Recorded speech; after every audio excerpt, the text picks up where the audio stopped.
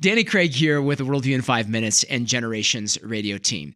We appreciate you listening, and we'd love to hear from you. Would you take a few minutes to fill out a survey and share your thoughts with us to help us shape the future of our resources and podcasts here at Generations? It's quick, and as a thank you, we'd love to give you a free ebook of Kevin Swanson's latest book, Heaven Struck, and also enter you in a giveaway for a $500 gift card to our store.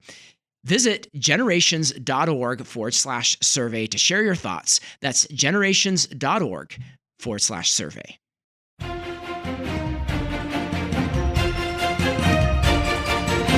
It's Wednesday, July 16th, AD 2025. This is the Worldview in 5 Minutes, written by Jonathan Clark and heard on 140 radio stations and at theworldview.com. I'm Adam McManus. International Christian Concern reports that Christians are losing their property rights and access to land in South Asian nations like India, Nepal, and Pakistan.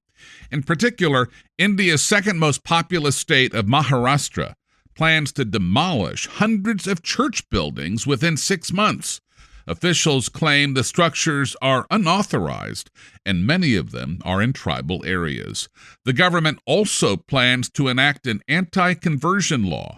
Such laws are often used to target Christians in the country. Currently, 12 of 28 states in India have anti-conversion laws.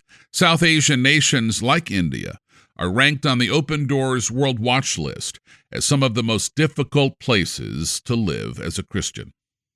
Pew Research recently released world population projections for the next 75 years.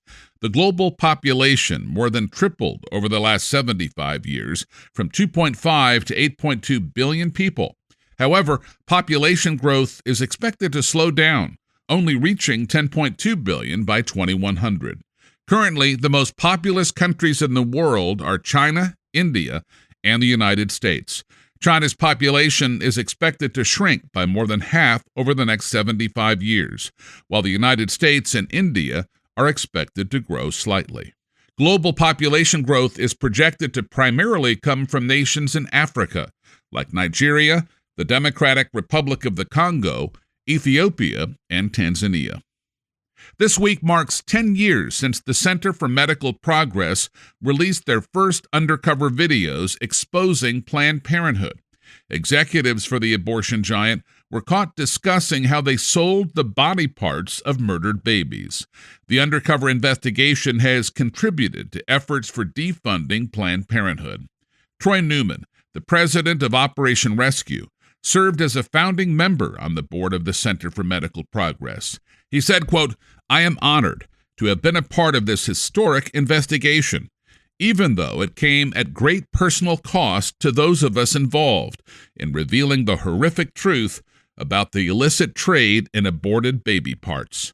Today's Planned Parenthood is vastly different from what it was in 2015. It is a weaker organization with waning political influence that is now collapsing from within," end quote.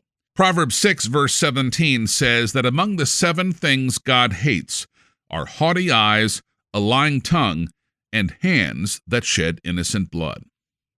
In a public meeting with NATO General Secretary Mark Rutte at the White House, U.S. President Donald Trump threatened severe tariffs on Monday if Russia does not come to a peace deal with Ukraine in the next 50 days. One of the reasons that you're here today is to hear that we are very unhappy, I am, with Russia. We're very, very unhappy with them, and we're going to be doing very severe tariffs if we don't have a deal in 50 days.